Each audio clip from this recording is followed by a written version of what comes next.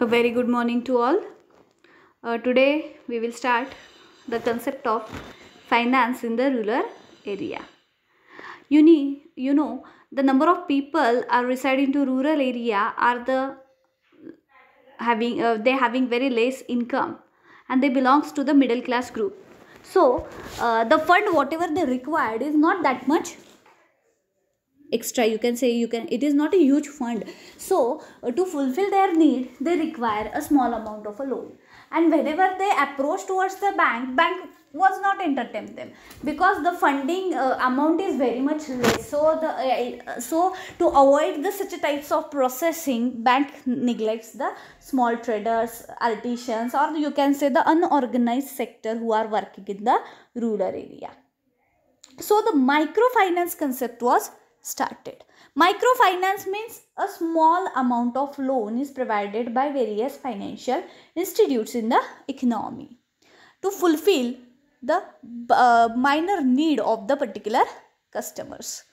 Microfinance is defined as any activity that include the provision of financial services such as credit saving, insurance, low income individual which fall just above the nationally defined poverty line, and the poor individual which fall below poverty line. ज्यांचं income कमी आहे अशा लोकांना bank एंटरटेनच करायची नाही, लक्षात ठेवा. कारण त्यांच्याकडे प्रॉपर डॉक्युमेंट्सच नसायचे, आणि जर if they don't have the proper document then how the bank will provide them finance, how they can cater their needs, and so that microfinance concept came into existence. The broader impact of the improving livelihood opportunity through the provision of capital for micro enterprises and the insurance and the saving for the risk mitigation and consumption smoothing. The concept of feature of microfinance is it is the tool for empowerment of the poorest. Delivery is the normal through the self-help group. It is essential for promoting the self-employment, generally used the tool for the empowerment of the poorest. बऱ्याच वेळेस काय होतं मुलांना लक्षात घ्या की ग्रामीण भागामध्ये शिक्षणाचाही प्रसार तेवढा नसतो. सो जॉब मिळणं अवघड आहे, आणि स्वतःचा एखादा बिझनेस स्टार्टअप करायचा असेल स्मॉल स्केलवर जरी किंवा कॉटेज इंडस्ट्रीसारखा जरी, तरी सुद्धा तेवढा सुद्धा फायनान्स या लोकांकडे अवेलेबल असतो. मग with the help of micro finance तिथे ह्या पद्धतीचा फायनान्स प्रोव्हाइड करायचा आणि empower the poorest people. The delivery is normally through the self-help group. It is the essential for promoting self-employment, generally used for. It is not just financing system but the tool for social change, especially for the women. Because the microcredit is aimed at poorest, microfinance lending technology need to the meaning.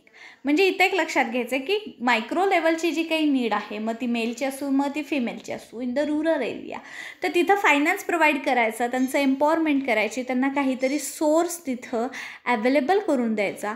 तर हा मुद्दा तिथं त्यांनी सांगितलेला आहे. Now what is the origin of microfinance?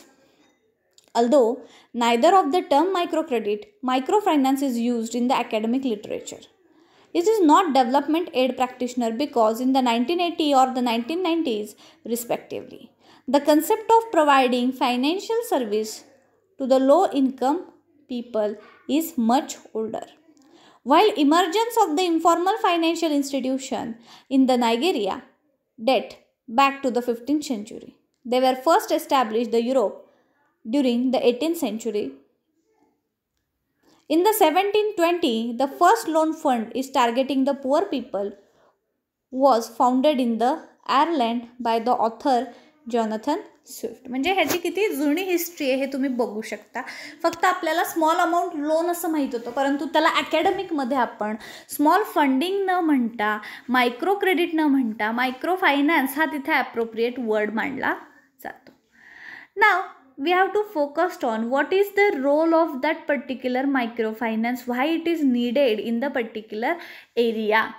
The microcredit or the microfinance program was initiated in the 1976 in the Bangladesh with promise to provide credit to the poor. Without collaterals. Means ही तर micro finance through जे कर्ज दिलं जातं ना मुलांना, ते just with the help of your Aadhaar card मिळतं बरं का. म्हणजे इथं तुम्हाला असं नाही आहे की कुठलं मॉर्गेज ठेवायचं किंवा काय. सो ग्रामीण भागातल्या लोकांना ॲसेट्सच काही नसतात, सो ते मॉर्गेज तरी ठेवणार काय. आणि जेव्हा ते काही मॉर्गेज ठेवतात तर त्यांच्याकडे कुठल्याही प्रकारचे ॲसेट्स नसतात, मग ते कशावर कर्ज घेणार, मॉर्गेज लोन तरी कशावर होणार आहे. आणि मग असं ज्यांच्याकडे काही नाही आहे, ज्यांनाच आपण अनऑर्गनाइज्ड किंवा लो इन्कम ग्रुप पीपल असं म्हणतो, यांना कशा पद्धतीची कर्ज वाटप होणार, तर मायक्रो फायनान्स थ्रू केली जातात. अमाऊंट स्मॉल असते पण तेवढी तरी त्यांना एखादा बिझनेस स्टार्टअपसाठी खूप जास्त गरजेची आहे. Is without collateral, elevating the poverty and unleashing the human creativity and endeavor of the poor people. Microfinance impact study have to demonstrate that. What are the legal regulation? आता फायनान्सशी रिलेटेड आलं म्हटल्यावर यांच्यावर legal regulation असलं पाहिजे, कारण ही तर risky काम आहे ना मुलांनो. एम्पॉवरमेंटसाठी तुम्ही without mortgage, without any security, on the basis of the documents only you providing the loan, मग इथं बरेचसे रिस्क येतात. मग रेग्युलेशन्स काय काय आहेत सांगितले बघा. The bank in the India are regulated and supervised by the RBI under the Act 1934. Banking Regulation Act, Regional Rural Bank Act and the Cooperative Society Act of the respective state government for the cooperative bank. म्हणजे ज्यातून कशातून तुम्हाला micro finance provide केला जातो आहे त्याची जी regulatory authority आहे तीच तिथंही कन्सर्न होणार आहे. आता हा मायक्रो फायनान्स तुम्हाला कमर्शियल बँकांतनं सुद्धा मिळतो, कोऑपरेटिव्ह बँकांमधनं सुद्धा मिळतो आणि RRB मधनं सुद्धा मिळतो.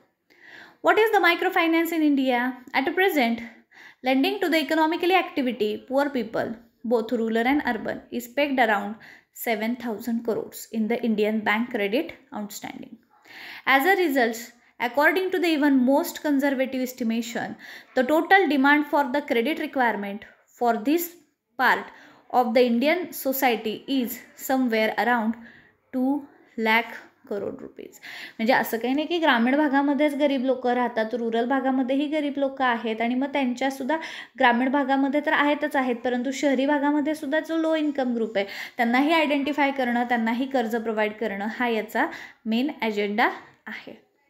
Micro finance is emerging as the powerful instrument of the poverty elevation. गरिबी निर्मूलन करण्यासाठी सगळ्यात की रोल जर कोण करत असेल तर तो मायक्रो फायनान्स आहे. In India, the microfinance scene is dominated by self-help group, ज्याला तुम्ही बचत गट असेही म्हणता.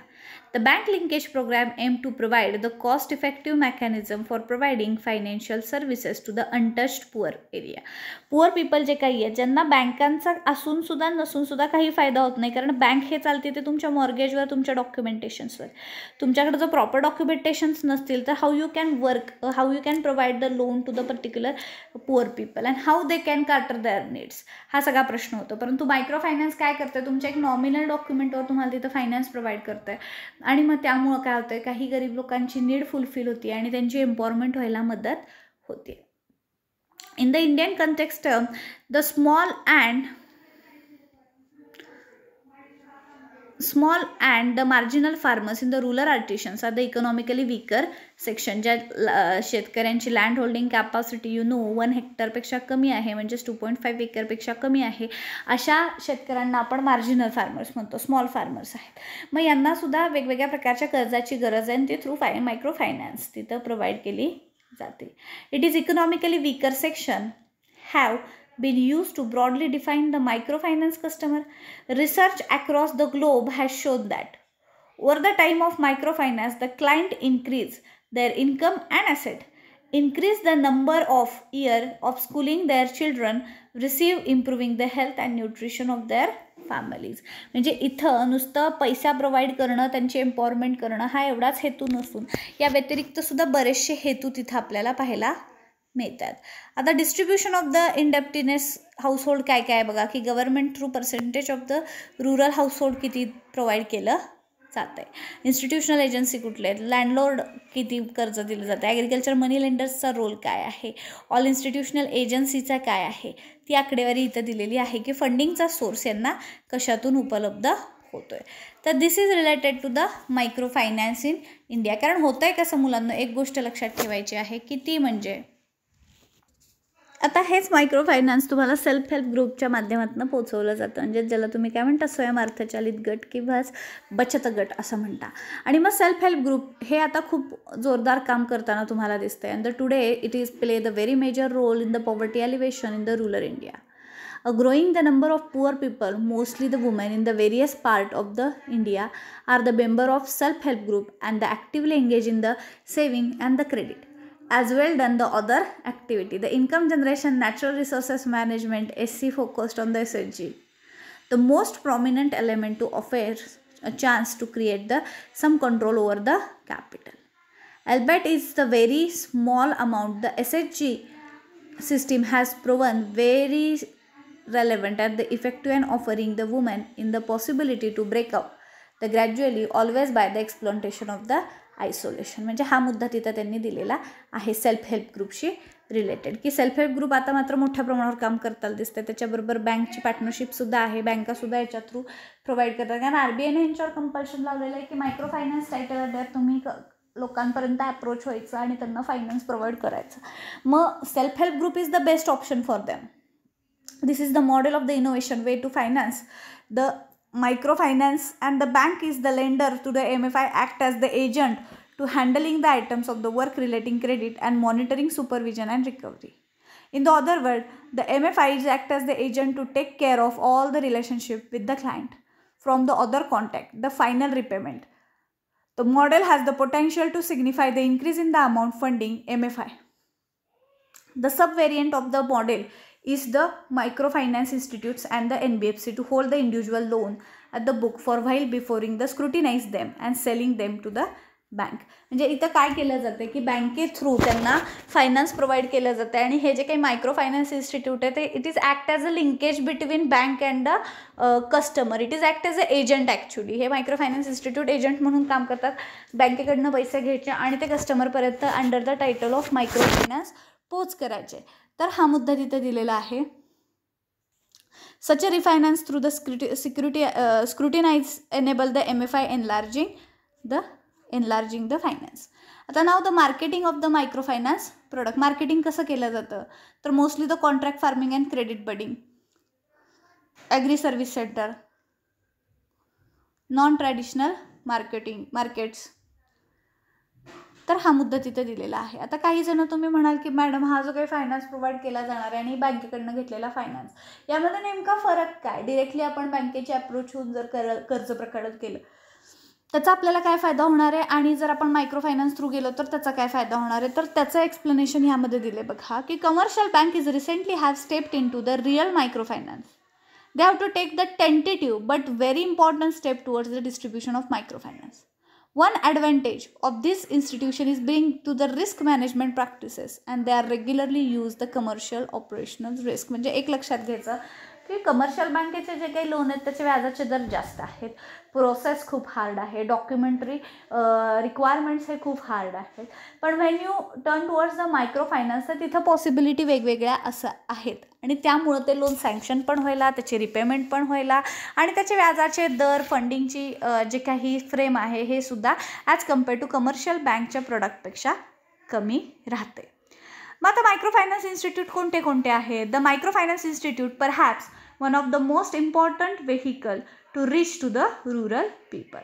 The institution can act as very important tool to provide the rural entrepreneur with the micro loan, which help them to start their own business and sustain them. One of the main advantage of the such institution is to the service deliver vehicle such as a focus, while NGO has to straddle with the various non-financial and financial services. MFI can solely focused on the providing the finance service. Poor since the very objective of starting this kind of institution to provide the financial service in the rural area. Means here एक गोष्ट आपल्याला इथं काय होती clear होती की with the help of micro finance we can reach towards the poor people and it will help to empower them. So women empowerment is largely done on the basis of microfinance. आत्ताचा जर तुम्ही rate बघितला तर बचत गटांचं जे कामकाज आहे, बचत गट हे शक्यतो स्त्रियांच्या भवितव्यासाठी काढले गेलेले आहेत, सबलीकरणासाठी काढले गेले आहेत आणि त्यांचं काम हे खूप चांगल्या पद्धतीनं तिथं राबवलं जात आहे. The women as the micro and small entrepreneurs have increasing become the target group for the microfinance programme. Consecutively, they provide the access to the microfinance facility is not only the considerable precondition for the poverty alleviation, but also considered as strategy to empowering the women. In the developing countries like India, the microfinance is playing very important role promoting the gender equality and help to empower the women so as they can live the quality and with the dignity. हे ग्रामीण भागातल्या स्त्रियांचं सबलीकरण करणे, त्यांना आर्थिक स्वावलंबी बनवणे हा जो काही एम आहे तो इथं मायक्रोफायनान्स थ्रू फुलफिल होताना दिसतोय. This is all about the microfinance. The remaining part will be continue on the next lecture. Thank you so much.